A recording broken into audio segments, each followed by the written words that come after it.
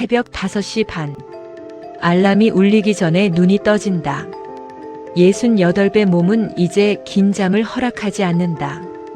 베개 옆에 놓인 안경을 쓰고 일어나 거실로 나왔다.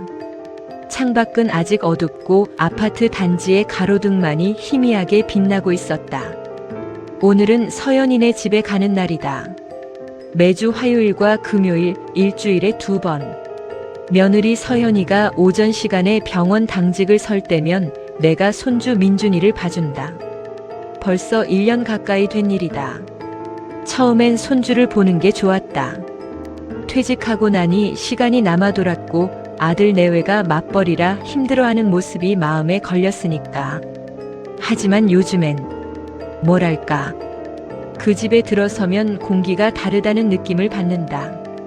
냉장고에서 우유를 꺼내 한 모금 마시고 어제 저녁에 싸둔 김밥을 챙겼다. 민준이가 좋아하는 참치김밥이다. 가방에 넣고 지갑을 확인하고 신발을 신었다. 익숙한 동작들. 그런데 오늘따라 왠지 발걸음이 무겁다. 지하철을 2번 갈아타고 버스를 한 번 더 타면 아들네 아파트가 나온다. 40분쯤 걸린다. 이른 시간이라 사람이 별로 없는 지하철 안에서 나는 핸드폰을 꺼내 메시지를 확인했다. 어머님, 오늘도 부탁드려요. 민준이 아침은 냉장고에 있어요. 예전엔 하트도 보내고 사랑해요, 어머님 같은 말도 했었는데 언젠가부터 서연이의 메시지가 점점 짧아졌다. 건조하고 사무적이고 어딘가 방어적인 느낌. 나는 답장을 보냈다. 그래, 걱정 말고 일 잘하고 와. 읽음 표시가 바로 뜬다. 하지만 답은 없다. 창밖으로 스쳐 지나가는 아파트들을 바라보며 생각했다. 내가 너무 예민한 걸까?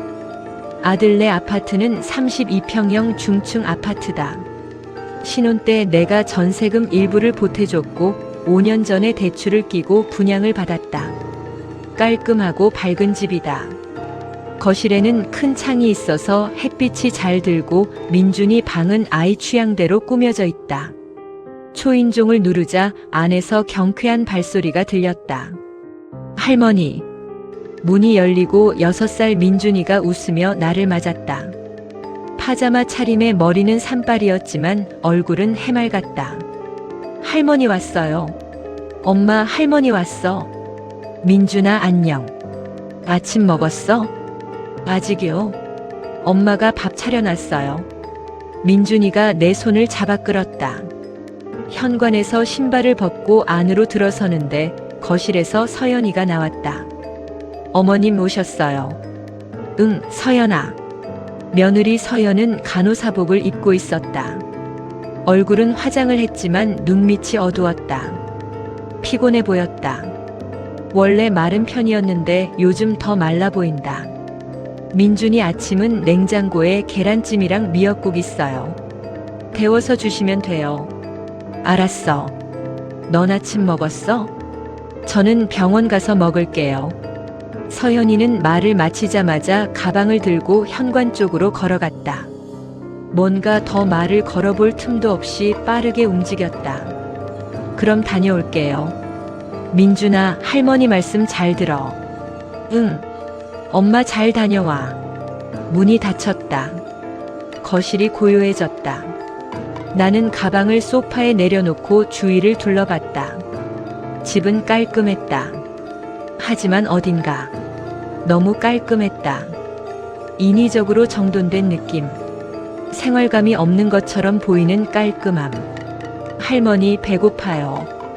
그래, 밥 먹자. 할머니가 김밥도 싸왔어. 민준이의 얼굴이 환해졌다. 아침을 먹이고 민준이와 블록 놀이를 하고 그림책을 읽어주었다. 평범한 아침이었다. 하지만 내 머릿속 한쪽에서는 계속 무언가가 신경 쓰였다. 서현이의 표정. 너무 굳어 있었다. 웃지 않았다.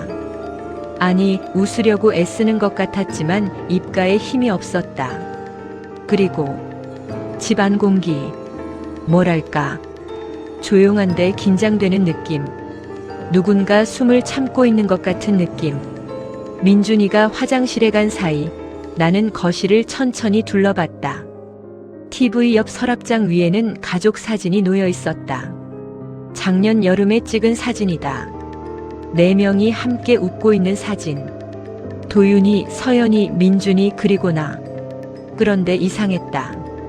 사진 속 서연이의 미소가 억지스러워 보였다. 당시엔 몰랐는데 지금 다시 보니 그렇게 느껴졌다. 눈이 웃고 있지 않았다. 할머니. 민준이가 화장실에서 나오며 나를 불렀다. 나는 얼른 고개를 돌렸다. 응, 왔어? 응. 할머니, 나 그림 그릴래요. 그래, 그림 그리자. 점심시간쯤 민준이가 낮잠을 잤다. 아이를 재우고 나서 나는 부엌으로 갔다. 설거지를 하고 식탁을 닦고 냉장고 안을 정리했다. 냉장고 문을 열었을 때 느낀 건데 반찬이 너무 없었다. 김치 하나, 계란 몇 개, 우유 한 팩. 요즘 장을 안 보나. 며느리가 바쁜 건 알지만 그래도 이건 너무 횡했다.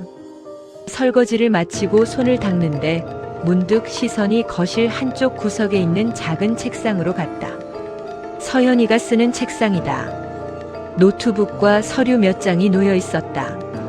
정리 좀 해줄까? 나는 특별한 생각 없이 그쪽으로 걸어갔다. 서류를 가지런히 모으려고 손을 뻗었는데 그때 A사 용지 한 장이 바닥에 떨어졌다. 주워들었다. 순간 내 손이 멈췄다. 은행 신규 계좌 개설 안내서. 서연이 이름으로 된 통장 개설 안내서였다. 날짜는 2달 전. 나는 서류를 자세히 들여다봤다. 신규 계좌, 자동이체 설정 변경, 급여 입금 계좌 변경 신청서, 그리고 그 아래 손글씨로 메모된 숫자들. 매달 120만원 별도 이체. 가슴이 철렁했다. 왜 며느리가 비밀 통장을 만들었을까? 아니, 비밀이 아닐 수도 있다. 그냥 개인 계좌일 수도 있다. 하지만 왜 이걸 숨기듯이 책상 구석에 둔 걸까? 왜 급여 이체 계좌를 바꾼 걸까? 그리고 왜 이 서류를 보는 내 손이 떨리고 있을까? 나는 서류를 다시 제자리에 놓았다. 최대한 원래대로. 아무것도 본 적 없는 것처럼. 하지만 머릿속에서는 이미 무언가가 돌아가기 시작했다. 오후 3시쯤 아들 도윤이가 일찍 퇴근했다. 어머니 오셨어요? 응, 도윤아. 아들은 슈트 차림에 넥타이를 느슨하게 풀고 들어왔다. 38. 중견기업에서 과장으로 일한다. 성실하고 책임감 강한 아들이었다. 내가 자랑스러워하는 아들. 하지만 요즘 도윤이의 표정에는 뭔가 날카로운 구석이 있었다. 민준이는요? 방에서 자고 있어. 그렇구나. 도윤이는 소파에 앉아 한숨을 쉬었다. 피곤해 보였다. 일 힘들어? 그냥 좀 바빠요. 요즘 프로젝트가 몰려서. 그래도 너무 무리하지 마. 건강이 우선이야. 네, 알아요. 도윤이는 고개를 끄덕이곤 핸드폰을 꺼내 들었다. 뭔가를 확인하는 듯 했다. 그러다 문득 고개를 들어 나를 보았다. 어머니, 서연이 오늘 몇 시에 들어온대요? 응? 그건 나도 모르지. 서연이한테 물어봐야지. 아, 그렇구나. 도윤이는 다시 핸드폰을 내려다봤다. 표정이 묘하게 굳어 있었다. 도윤아. 네. 너 요즘 서연이랑 사이 어때? 순간 아들의 눈빛이 변했다. 경계하는 눈빛. 왜요? 아니, 그냥 요즘 서연이 표정이 안 좋아 보여서. 그냥 일이 힘든 거예요. 병원 일이 만만치 않잖아요. 그래도 어머니 괜찮아요. 저희 일은 저희가 알아서 할게요. 말투가 차갑게 식었다. 나는 더 이상 말을 잇지 못했다. 도윤이는 자리에서 일어나 방으로 들어갔다. 문이 닫히는 소리가 크게 들렸다. 거실에 혼자 남겨진 나는 가만히 앉아 있었다. 가슴이 답답했다. 뭔가 잘못되고 있었다. 이 집에서, 이 가족 안에서 뭔가가 조용히 서서히 무너지고 있었다. 저녁 무렵 서연이가 돌아왔다. 다녀왔습니다. 응, 힘들었지? 괜찮아요. 서연이는 가방을 내려놓고 민준이를 안아 올렸다. 아이는 엄마 품에서 웃었다. 엄마, 오늘 할머니랑 그림 그렸어. 그래? 우리 민준이 대단하다. 서연이의 목소리는 부드러웠다. 하지만 얼굴은 여전히 굳어 있었다. 나는 가방을 챙기며 말했다. 서연아, 나 이제 갈게. 내일은 안 오는 날이니까 모레 봐. 네, 어머님. 조심히 들어가세요. 그래. 민준아, 할머니 간다. 할머니 안녕. 현관문을 나서는데 뒤에서 도윤이의 목소리가 들렸다. 서연아, 오늘 왜 이렇게 늦었어? 병원 일 때문에. 전화는 왜 안 받았어? 바빴어요.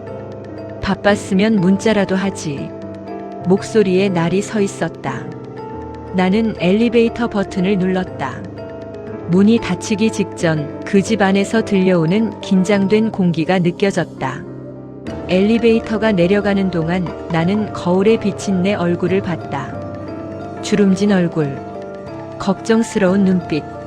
내가 뭘 할 수 있을까? 그날 밤 잠이 오지 않았다. 머릿속에서 계속 그 서류가 떠올랐다. 비밀 통장, 급여 이체 변경, 매달 120만 원, 그리고 도윤이의 차갑게 변한 말투, 서현이의 두려운 눈빛, 모든 게 퍼즐처럼 흩어져 있었다. 하지만 아직 그림은 보이지 않았다. 사흘 뒤 금요일, 나는 다시 아들 내 집 앞에 서 있었다. 초인종을 누르고 기다리는 중 문이 열리는데 평소보다 시간이 걸렸다. 그리고 문이 열렸을 때 서연이의 얼굴을 보고 나는 깜짝 놀랐다. 눈가가 붓고 눈밑이 시퍼렇게 멍들어 있었다. 어머님, 서연아, 너 무슨 일 있었어? 아, 이거요? 그냥 문에 부딪혀서요. 어젯밤에. 괜찮아요. 거짓말이었다. 나는 30년 넘게 사람을 봐왔다. 거짓말하는 사람의 눈빛을 안다. 서연이는 지금 거짓말을 하고 있었다. 정말 괜찮아? 네, 진짜 괜찮아요. 걱정 마세요. 서연이는 억지로 미소를 지으며 가방을 챙겼다. 민준이 부탁드려요. 저 늦을 것 같아요. 그래. 조심히 가. 서연이는 황급히 현관문을 나갔다. 나는 멍하니 그 모습을 지켜봤다.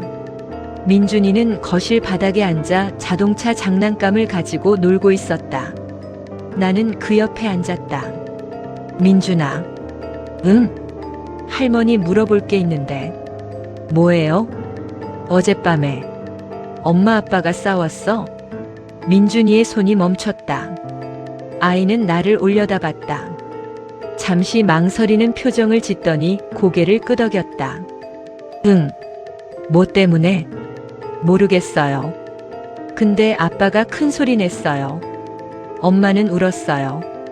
가슴이 철렁 내려앉았다. 아빠가 뭐라고 했어? 잘 모르겠어요.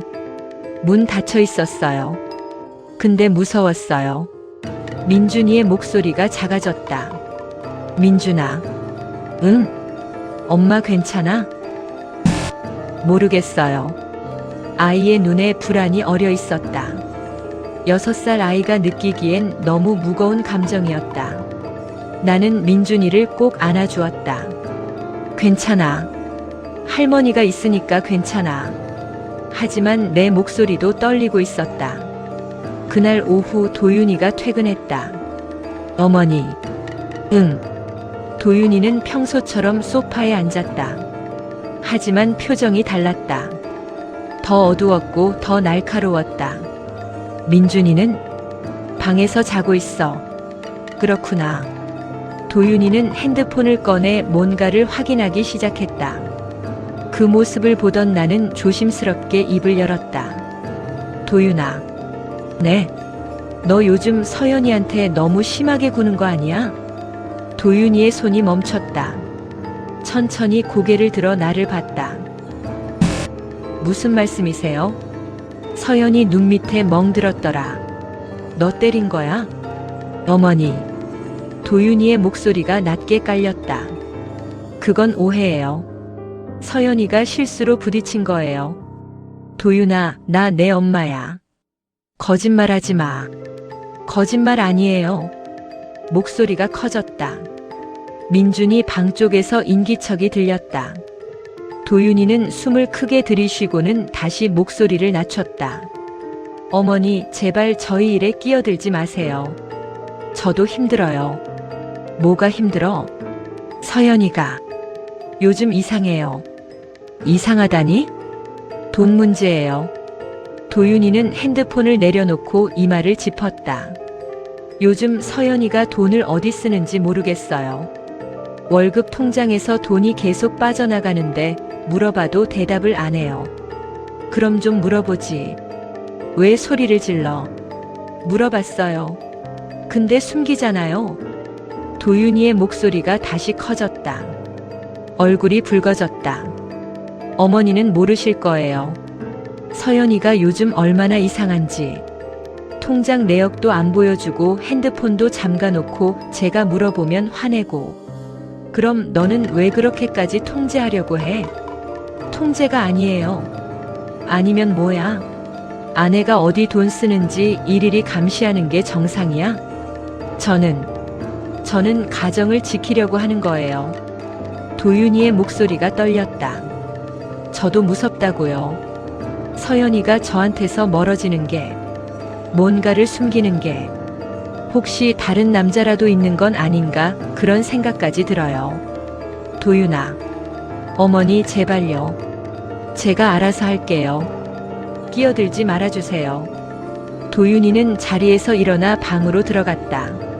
나는 거실에 남아 멍하니 앉아 있었다. 내 아들이 이렇게 무너져가고 있었다. 그리고 나는 아무것도 할 수 없었다. 그날 저녁 서연이가 돌아왔을 때 집 안 분위기는 얼어붙어 있었다. 도윤이는 서재에 틀어박혀 나오지 않았고 서연이는 부엌에서 조용히 저녁을 준비했다. 나는 민준이를 데리고 거실에 앉아 있었다. 할머니 배고파요. 조금만 기다려. 엄마가 밥하고 있어. 민준이는 고개를 끄덕이며 TV를 봤다. 하지만 시선은 자꾸 부엌 쪽으로 갔다. 나도 슬쩍 부엌을 봤다. 서연이는 혼자 조용히 요리를 하고 있었다. 등이 구부정했다. 어깨가 떨리는 것 같았다. 울고 있나? 나는 자리에서 일어나 부엌으로 갔다. 서연아. 네. 서연이는 뒤돌아보지 않았다. 내가 도와줄까? 괜찮아요.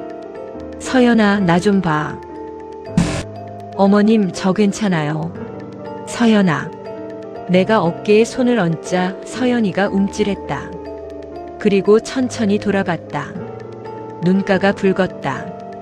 울었던 흔적이 역력했다. 서연아. 어머님 제발요. 아무 말도 하지 말아주세요. 서연이의 목소리가 떨렸다. 저도 어떻게 해야 할지 모르겠어요. 무슨 일이 있는 거야? 말할 수 없어요. 왜? 말하면 더 나빠질 것 같아요. 서연이는 고개를 떨구었다. 눈물이 똑똑 떨어졌다. 나는 며느리를 꼭 안아주었다. 괜찮아. 다 괜찮을 거야. 하지만 나도 그 말을 믿지 못했다. 그날 밤 집으로 돌아온 나는 잠을 이루지 못했다. 이불을 뒤척이며 천장을 올려다봤다. 비밀 통장, 멍든 눈가, 도윤이의 통제, 서연이의 두려움, 모든 게 맞물려 돌아가고 있었다. 그리고 나는 가운데에 서서 어느 쪽도 잡지 못한 채 흔들리고 있었다. 새벽 2시쯤 핸드폰이 울렸다. 서연이었다. 서연 어머님 죄송해요. 이렇게 늦은 시간에. 나는 얼른 전화를 걸었다. 여보세요? 서연아? 어머님, 서연이의 목소리는 떨리고 있었다. 도윤이가 오늘 통장을 뒤졌어요. 뭐? 제 가방을 뒤지고 서류를 찾아내고 소리를 질렀어요. 서연아, 지금 어디야? 집이요. 도윤이는 서재에 들어가 있어요. 근데 어머님, 서연이의 목소리가 더 작아졌다. 저 너무 무서워요. 서연아. 도윤이가 변했어요. 예전 같지 않아요. 나는 가슴이 철렁 내려앉았다. 서연아, 내일 우리 만나자. 밖에서. 네. 민준이 데리고 나와. 내가 어디 조용한 데서 기다릴게. 네, 어머님. 감사해요. 전화가 끊겼다. 나는 핸드폰을 내려놓고 한숨을 쉬었다. 내 아들이 무너지고 있었다. 며느리가 무너지고 있었다. 그리고 나는 그 사이에서 무엇을 해야 할지 몰랐다. 창밖으로 새벽 어둠이 깔려 있었다. 고요하고 차갑고 두려운 어둠이었다. 다음 날 아침 나는 아파트 단지 근처 작은 카페에 앉아 있었다. 창가 자리, 밖이 보이는 곳, 아메리카노 한 잔을 시켜놓고 입구를 바라봤다. 손이 떨렸다. 심장이 빠르게 뛰었다. 오전 10시. 카페 문이 열리고 서연이가 들어왔다. 민준이 손을 잡고 어머님, 서연아, 앉아. 서연이는 민준이를 옆자리에 앉히고 내 맞은편에 앉았다. 얼굴이 창백했다. 눈 밑에 다크서클이 더 짙어져 있었다. 민준아, 주스 마실래? 응. 나는 민준이에게 주스를 시켜주고 서연이를 바라봤다. 어젯밤에 무슨 일 있었어? 서연이는 고개를 숙였다. 한참을 망설이다가 조용히 입을 열었다. 도윤이가 제 새 통장을 알아냈어요. 어떻게? 가방을 뒤졌어요. 제가 잠깐 샤워하는 사이에. 그리고 서류를 찾아냈어요. 그래서 소리를 질렀어요. 왜 숨겼냐고. 바람 피우는 거냐고. 돈을 어디 쓰냐고. 서연이의 목소리가 떨렸다. 저는 그냥 제 돈을 모으고 싶었던 것 뿐이에요. 왜 비밀로 한 거야? 도윤이가 제 월급을 다 관리해요. 제가 돈 쓸 때마다 물어봐요. 왜 샀냐고, 뭐하러 샀냐고. 처음엔 가계부 쓰자고 했는데 점점 심해졌어요. 서연이는 눈물을 닦았다. 커피 한 잔 사 마셔도 영수증 보여달라고 해요. 친구 만나려고 하면 누구랑 만나냐고, 뭐하러 가냐고 캐물어요. 저는 그냥 숨이 막혀서. 그래서 비밀 통장을 만든 거구나. 네. 매달 조금씩 돈을 빼서 모았어요. 나중을 위해서요. 나중? 서연이는 잠시 말을 멈췄다. 그리고 나를 똑바로 봤다. 어머님, 저 이혼 생각하고 있어요. 세상이 멈춘 것 같았다. 뭐라고? 저 더 이상 못 견디겠어요. 도윤이는 예전 같지 않아요. 처음엔 잘해줬어요. 다정했고 배려해줬어요. 근데 결혼하고 나서 점점 변했어요. 서연이의 목소리가 높아졌다. 제가 뭘 하든 의심해요. 어디 가든 위치 공유하라고 해요. 핸드폰 검사하고 메신저 확인하고. 저는 그냥 숨만 쉬고 있는 것 같아요. 서연아.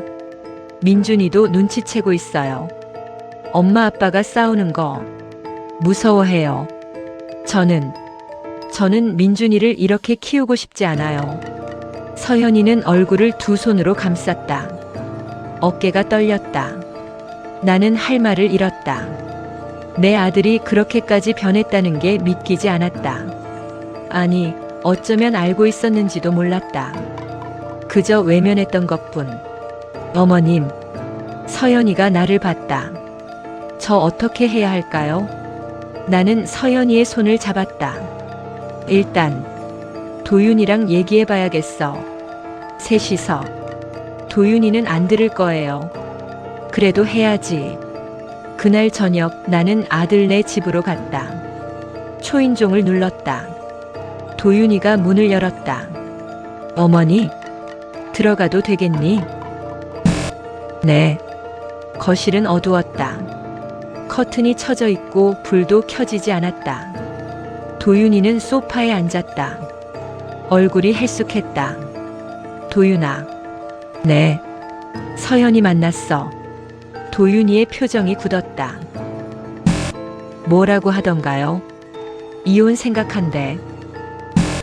도윤이는 아무 말도 하지 않았다. 나는 옆에 앉았다. 도윤아, 너 왜 이러는 거야? 어머니는 몰라요. 뭘? 서연이가 얼마나 저를 무시하는지.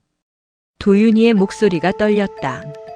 저는 이 가정을 지키려고 노력했어요. 돈 벌고 집 사고 애 키우고. 근데 서연이는 뭐 했어요? 맨날 피곤하다고 일 힘들다고. 저는 안 힘들까요? 도윤아, 그건. 그리고 요즘엔 저한테 말도 제대로 안 해요. 뭘 물어봐도 대충 대답하고 밤에는 먼저 자버리고.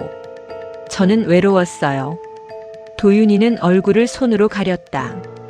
그래서 물어본 거예요. 뭐가 문제냐고. 내가 뭘 잘못했냐고. 근데 서연이는 말을 안 하더라고요. 그냥 아무것도 아니에요 라고만 하고. 그렇다고 통제하는 게 답이야? 통제한 게 아니에요. 도윤이가 소리쳤다.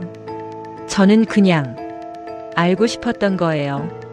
서연이가 뭘 생각하는지, 왜 저한테서 멀어지는지. 도윤아, 그건 통제야. 사랑이 아니야. 그럼 뭐가 사랑이에요? 도윤이가 나를 봤다. 눈에 눈물이 고여 있었다. 저는 이 가족을 지키고 싶었어요. 근데 왜 다들 저한테서 떠나려고 해요? 서연이도 민준이도 이제 어머니까지. 도윤아, 나는 안 떠나. 거짓말이에요. 어머니도 서연이 편이잖아요. 편이 아니야. 나는 그냥. 내 목소리가 막혔다. 도윤이는 자리에서 일어났다.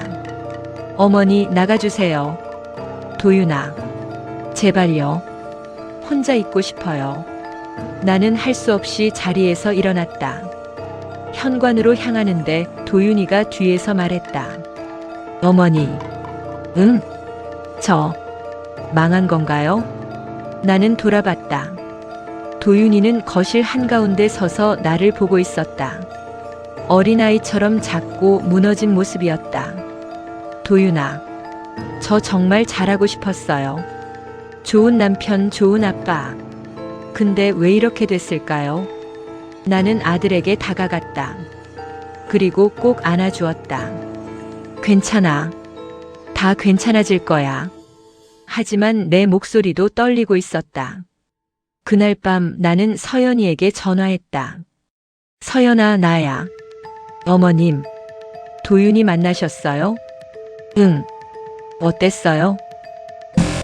많이 힘들어 하더라. 서연이는 한동안 말이 없었다. 어머님, 저 결정했어요. 뭘? 이혼 진행할게요.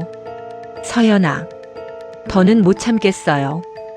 도윤이가 변하지 않는 한 저는 그 집에 못 있어요. 민준이도 데리고 나갈 거예요. 도윤이가 허락하겠어? 법적으로 진행할 거예요. 어머님, 도와주실 수 있으세요? 나는 눈을 감았다. 내 아들과 며느리가 갈라서는 것을, 손주가 아빠 없이 자라는 것을, 그 모든 것을 내가 목격해야 한다는 것을. 어머님? 응. 도와줄게. 감사해요, 어머님. 전화가 끊겼다. 나는 핸드폰을 내려놓고 창밖을 봤다. 밤은 깊었고 거리는 고요했다. 모든 게 무너지고 있었다. 그리고 나는 그 한가운데에 서 있었다. 석 달이 지났다. 서연이는 민준이를 데리고 집을 나왔다. 친정 근처에 작은 원룸을 얻었다. 나는 일주일에 2~3번씩 그 집에 갔다. 민준이를 봐주고 서연이와 이야기를 나누고 저녁을 함께 먹었다. 이혼 조정은 진행 중이었다. 도윤이는 처음엔 완강하게 반대했다. 하지만 조정위원과의 면담 그리고 상담 과정을 거치며 조금씩 받아들이기 시작했다. 그리고 어느 날 도윤이가 내게 전화를 걸었다. 어머니. 응, 도윤아. 저 어머니 뵙고 싶은데요. 시간 괜찮으세요? 그래. 어디서 볼까? 집으로 오실 수 있으세요? 나는 머뭇거렸다. 그 집에 가는 게 두려웠다. 하지만 거절할 수 없었다. 알았어.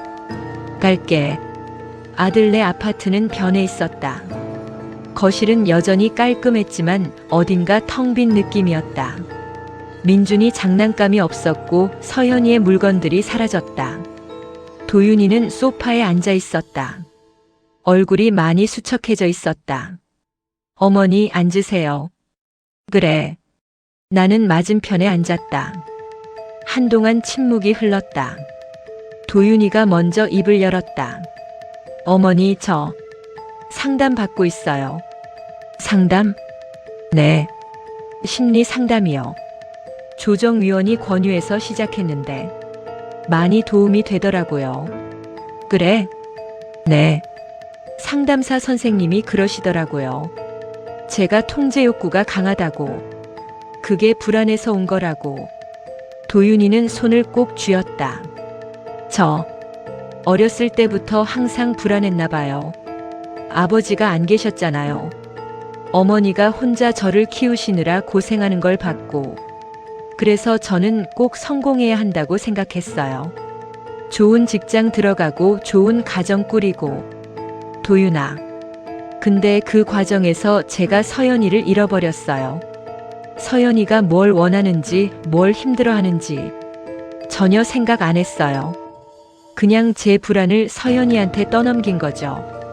도윤이의 눈에 눈물이 고였다. 어머니, 저 잘못했어요. 서연이한테도 민준이한테도 그리고 어머니한테도. 도윤아. 어머니까지 힘들게 했잖아요. 어머니를 중간에 끼워서. 죄송해요. 도윤이는 고개를 숙였다. 나는 자리에서 일어나 아들 옆에 앉았다. 그리고 등을 토닥여 주었다. 괜찮아. 이제라도 깨달은 게 다행이야. 근데 어머니, 이제 돌이킬 수 없을 것 같아요. 서연이는 저를 용서 안 할 거예요. 그건 서연이가 결정할 일이야. 저는 제가 너무 미워요. 도윤이는 얼굴을 두 손으로 감쌌다. 어깨가 떨렸다. 나는 아무 말도 하지 않고 그저 옆에 앉아 있었다. 그로부터 2달 뒤 이혼이 성립됐다. 양육권은 서연이에게, 도윤이는 매달 양육비를 지급하고 월 2회 면접 교섭권을 갖기로 했다. 판결이 나온 날 나는 법원 밖에서 서연이와 민준이를 만났다. 어머님, 수고했어, 서연아. 서연이는 피곤해 보였지만 어딘가 홀가분한 표정이었다. 이제 새 출발이에요. 그래. 잘 될 거야. 민준이가 내 손을 잡았다. 할머니, 우리 오늘 뭐 먹어요? 민준이가 먹고 싶은 거 먹자. 돈가스. 그래, 돈가스 먹으러 가자. 우리는 함께 걸었다. 봄바람이 불었다. 따뜻하고 부드러운 바람이었다. 1년이 지났다. 나는 일주일에 3번씩 서연이네 집에 갔다. 민준이를 돌봐주고 서연이와 함께 저녁을 준비하고 셋이서 식탁에 앉았다. 서연이는 병원 일을 계속했고 요즘은 웃는 얼굴이 많아졌다. 민준이도 밝아졌다. 어린이집에서 친구들과 잘 지낸다고 했다. 도윤이는 한 달에 2번 민준이를 만났다. 처음엔 어색했지만 시간이 지나며 조금씩 자연스러워졌다. 도윤이는 여전히 상담을 받고 있었고 조금씩 변하려고 노력하고 있었다. 하지만 우리 관계는 예전처럼 돌아가지 않았다. 전화 통화는 한 달에 1~2번. 만남도 민준이 면회일에 잠깐 얼굴 보는 게 전부였다. 도윤이는 내게 여러 번 사과했다. 용서를 구했다. 나는 말로는 괜찮다고 했다. 하지만 마음속 깊은 곳에는 여전히 무언가가 걸려 있었다. 금이 간 감정. 완전히 부서지진 않았지만 예전처럼 단단하지도 않은 관계. 어느 토요일 오후 나는 집에 혼자 있었다. 설거지를 하다가 찬장에서 머그컵 하나가 떨어졌다. 손잡이 부분에 금이 갔다. 완전히 떨어지진 않았지만 눈에 띄는 금이었다. 나는 그 컵을 들어 올렸다. 버려야 할까? 금이 갔으니 쓸 수 없는 건 아닐까? 하지만 버리기엔 아까웠다. 이 컵은 남편이 사준 것이었다. 결혼 20주년 때 남편은 5년 전에 세상을 떠났지만 이 컵은 아직 내 곁에 있었다. 나는 컵을 찬장 안에 조심스럽게 넣었다. 금이 갔지만 부서지진 않았어. 혼잣말이 나왔다. 그리고 문득 깨달았다. 나와 도윤이의 관계도 그런 거구나. 금이 갔다. 예전처럼 단단하지 않다. 하지만 완전히 부서지진 않았다. 여전히 우리는 모자다. 여전히 나는 도윤이를 걱정한다. 여전히 도윤이는 내 아들이다. 다만 이제는 조심스럽게 다뤄야 하는 관계가 됐을 뿐. 해가 질 무렵 핸드폰이 울렸다. 서연이었다. 어머님, 저희 저녁 같이 드실래요? 그래, 갈게. 민준이가 할머니 보고 싶대요. 나도 민준이 보고 싶어. 전화를 끊고 나는 가방을 챙겼다. 현관문을 나서며 뒤를 돌아봤다. 찬장 안에 금간 머그컵이 보였다. 조용히 그 자리를 지키고 있는 컵. 나는 미소 지었다. 그래. 금이 가도 괜찮아. 부서지지 않았으니까. 그리고 문을 닫았다. 저녁 서연이네 집. 민준이가 내 품에 안겼다. 할머니, 우리 민준이. 서연이는 부엌에서 저녁을 준비하고 있었다. 맛있는 냄새가 났다. 어머님, 오늘 민준이가 어린이집에서 상 받았어요. 정말? 무슨 상? 착한 어린이 상이요. 민준이가 자랑스럽게 말했다. 우리 민준이 대단하네. 할머니가 엄청 자랑스러워.